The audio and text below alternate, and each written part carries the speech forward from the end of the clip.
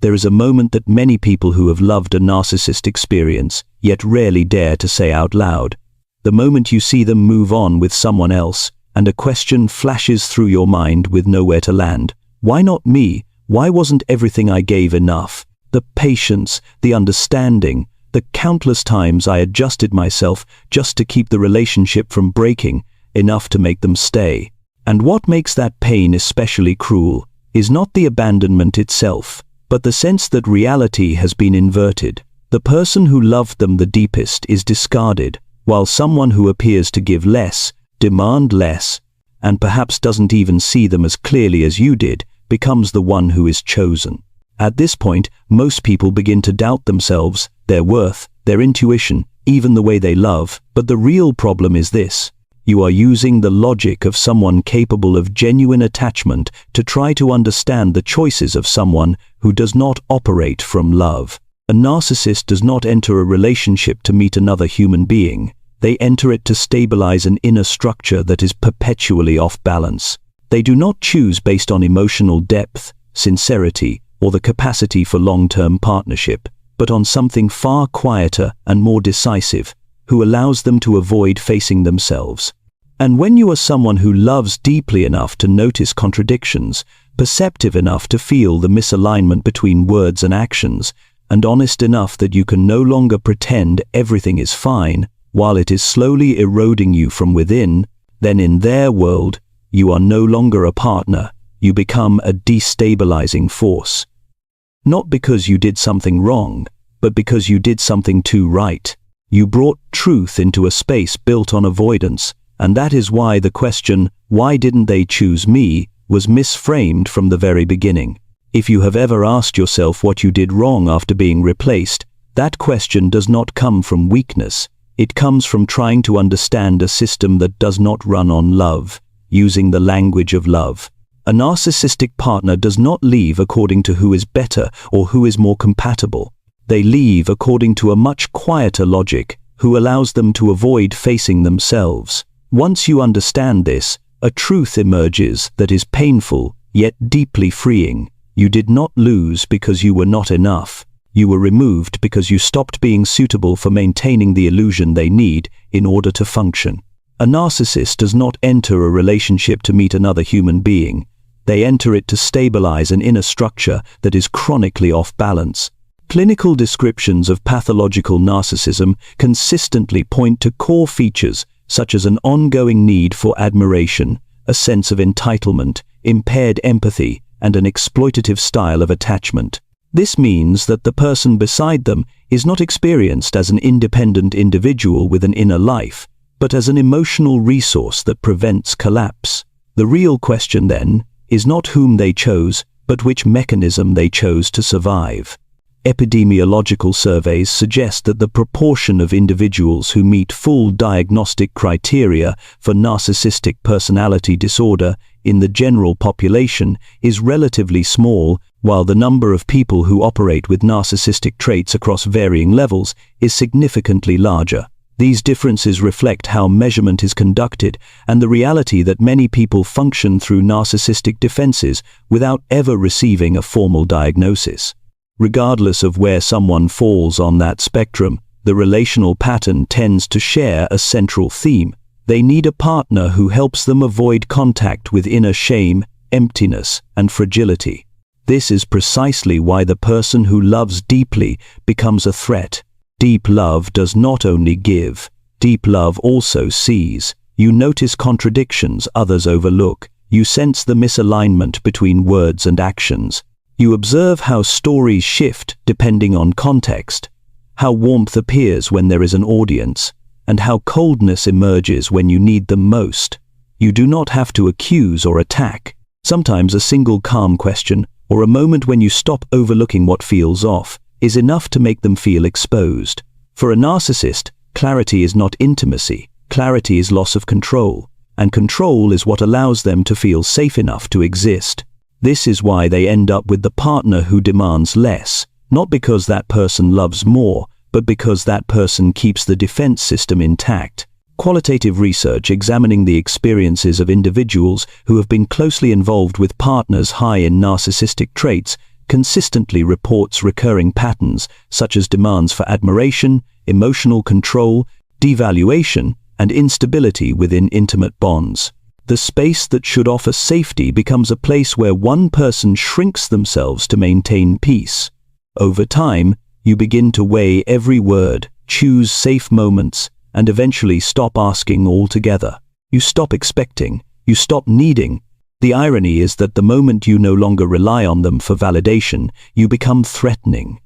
A narcissist does not only fear you leaving physically, they fear you leaving psychologically. When your mind disengages from the illusion they construct, you are no longer a compliant audience. You become a mirror. And a mirror is intolerable because it exposes that the role they play is a defense rather than a truth. This is where self-blame needs to end. They are not drawn to the person who gives less because that person is superior. They are drawn to the person who asks less because that person does not require growth, accountability, or depth. But do not fall into the next trap of turning this into a moral comparison. This is not about becoming better in order to be chosen. In an extractive relationship, being chosen can simply mean being easy to use. And if you were the one who was replaced, there is a strong possibility that you were not defeated. You were already beginning to escape. When a narcissistic partner withdraws from the person who sees them clearly and remains with someone who asks for less, it is often mistaken for a choice based on preference or attachment. In reality, it is a sophisticated defensive response. They do not move toward the other person because they love them more. They move away from you because you destabilize their inner structure. For a narcissist, a relationship is not a space for expansion, but a mechanism for regulating inner tension. Anyone who increases that tension becomes a threat. This is where self-blame needs to stop. A narcissist does not fear abandonment in the same way you do. Their deepest fear is not loneliness, but exposure without protection. They can tolerate emptiness for a long time, but they cannot tolerate someone naming it. This is why they need a partner who stays without questioning, without asking for explanations, and without requiring alignment between words and actions. That partner is often not weak, but conditioned to self-adjust in order to keep peace. Someone who experiences conflict as danger and silence as survival. In many cases, the person who stays learned early in life that love equals endurance. They learn to read moods, soften atmospheres, and lower their own needs in exchange for acceptance. When they enter a relationship with a narcissist, this pattern is not challenged, it is reinforced. The narcissist senses this quickly, not through conscious reasoning, but through instinct. They recognize who will bend first, who will doubt themselves before doubting them, who will label absence as busyness, coldness as exhaustion, and devaluation as misunderstanding. The person who stays often does not realize what they are trading away until erosion has already occurred. At the beginning, they still have preferences, desires, and boundaries. Gradually, they learn to make themselves smaller to avoid discomfort. They speak less, need less, and accept more. This does not happen in a single moment, but through countless small concessions. Each time their needs go unmet. Each time their emotions are minimized. Each time they convince themselves that with a little more patience, things will improve. For the narcissist, this becomes an ideal state. Not because they are fulfilled, but because they feel safe. Safe from change. Safe from accountability. Safe from mirrors. In this space, they can maintain their self-image without interruption. They retain control over distance and closeness, warmth and withdrawal, giving and withholding, without being challenged. What hurts the discarded person most is not only the loss of the relationship, but the sense that their value has been negated. You watch someone else accept what you could not accept, and you begin to question whether you were too demanding, too sensitive, or too much. But the truth is this, you did not ask for too much. You asked for exactly what a healthy relationship requires. And that is precisely why you could not stay.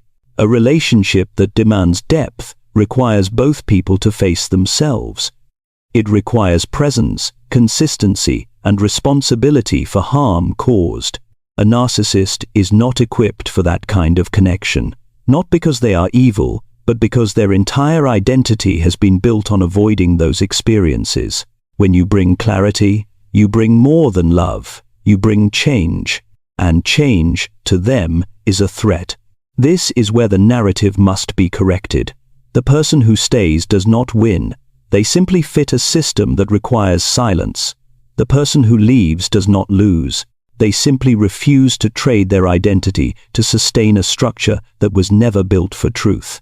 And when you see it this way, the question is no longer why they did not choose you, but why you ever needed to be chosen in a relationship where the cost was yourself. After understanding why a narcissistic partner leaves and why they remain with someone who asks for less, there is a deeper layer that must be named. It is the moment when the person who loved them begins to realize that the pain is not only about the loss of the relationship, but about the collapse of a belief that once felt foundational, the belief that if you love well enough, sincerely enough, patiently enough, truth will eventually be met with truth. When that belief shatters, you do not only lose a person, you lose a pillar of meaning you relied on to understand the world and yourself. This is why recovery after a narcissistic relationship often feels longer and more complex than an ordinary breakup. You are not only grieving a bond, you are rebuilding your entire frame of reference around love, worth, and attachment. For a time, you may feel confused by your own reactions. You know the relationship harmed you, yet you still miss it. You still grieve it. You still wonder if there was something you could have done differently. This contradiction is not a sign of weakness. It is the consequence of having loved in an environment where reality was repeatedly distorted. Within narcissistic dynamics, your emotions are often dismissed, redefined, or assigned meanings that do not belong to you. You are told you are too sensitive, too demanding, too complicated. Over time, you begin to doubt your own perception. You learn to question your intuition instead of trusting it. When the relationship ends, that habit does not disappear immediately. You carry it forward, and it continues to whisper that perhaps you were wrong. Perhaps you loved incorrectly. Perhaps if you had been different, the outcome would have changed. This is the critical point where self-harm through self-doubt must stop.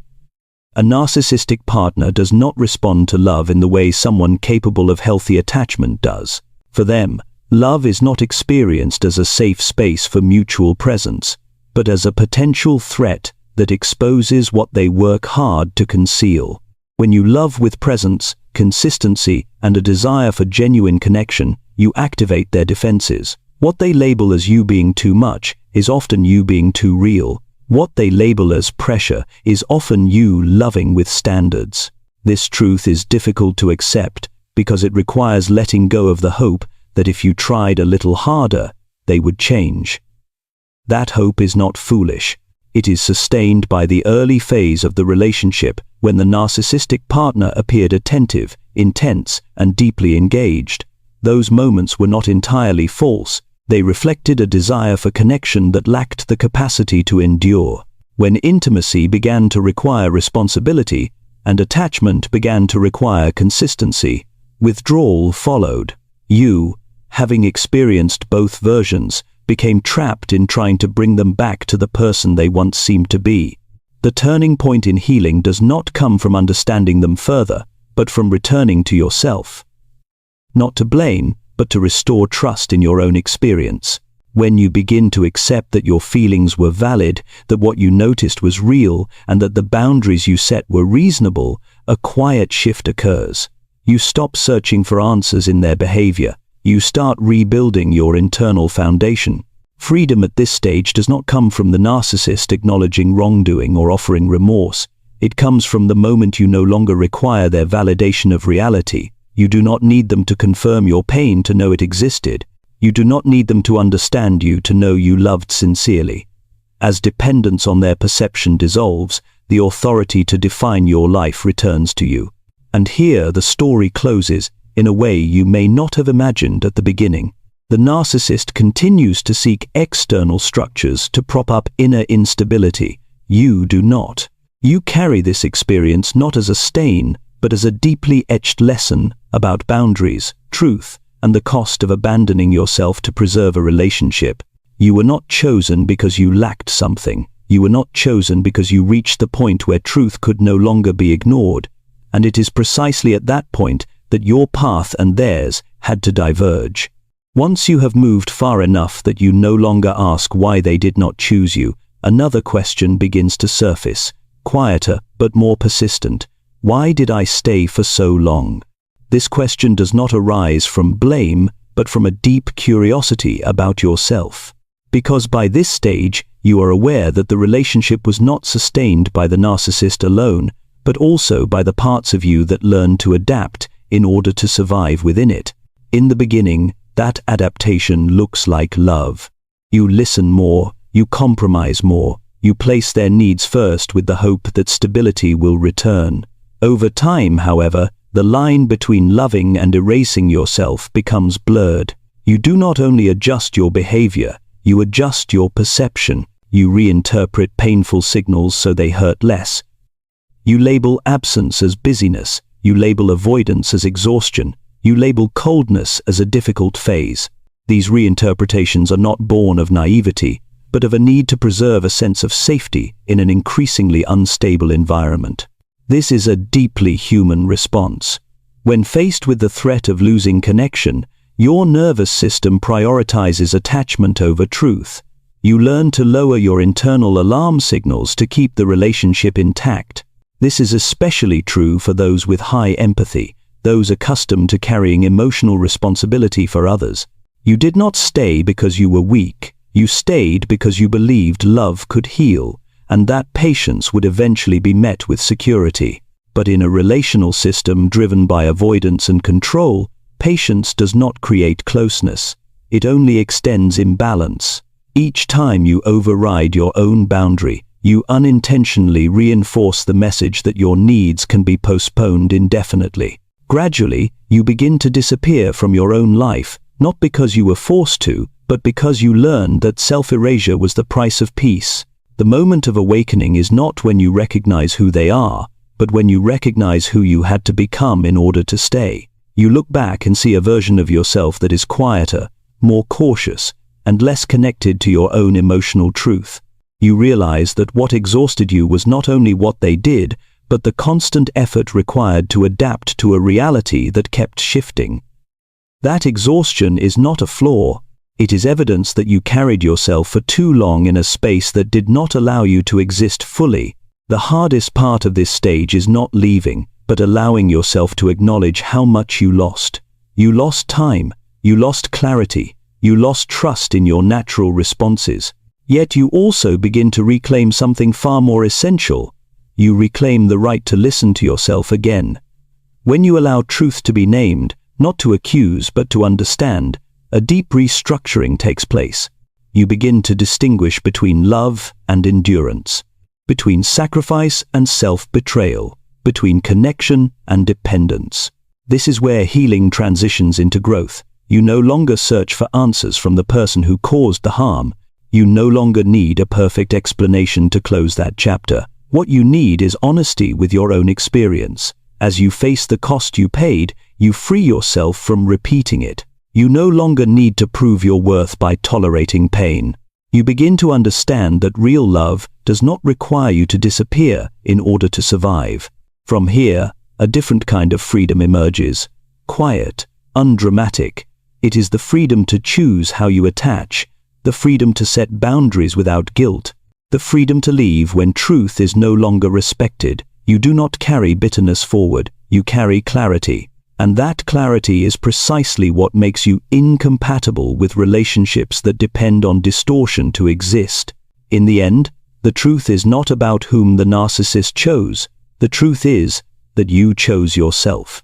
When the illusions fall away, when the questions stop circling around validation or replacement, what remains is a clear and liberating reality. You were never meant to be the background for someone else's performance. You were not here to keep a distorted structure standing by bending your identity out of shape. The narcissist continues searching for spaces that allow avoidance. You do not. You carry this experience as a line that cannot be erased. Real love does not require silence in the face of truth, does not ask you to shrink your needs, and does not demand that you abandon your intuition to keep the peace. Your freedom does not come from their insight or change. It comes from the moment you no longer need them to validate your reality. Returning to yourself is quiet. It happens when you begin to trust your own perceptions again, when you realize that the questions that once earned you labels were actually signals of clarity, when you understand that boundaries are not punishments, but forms of respect for both people involved. At this point, you do not need to defeat anyone. You only need to refuse to lose yourself again. And if there is one piece of advice that must be spoken plainly for those who have been in, are in, or may enter a relationship with a narcissist, it is this: do not use endurance as proof of love. Do not wait for consistency from someone who survives through avoidance. Listen to your body and your intuition early, because they often detect misalignment long before your mind can explain it. Notice how someone responds when you set boundaries, when you say no, when you ask for clarity. Their response to truth will tell you whether they are capable of a healthy bond. If you are in such a relationship, remember that leaving is not failure, it is self-protection.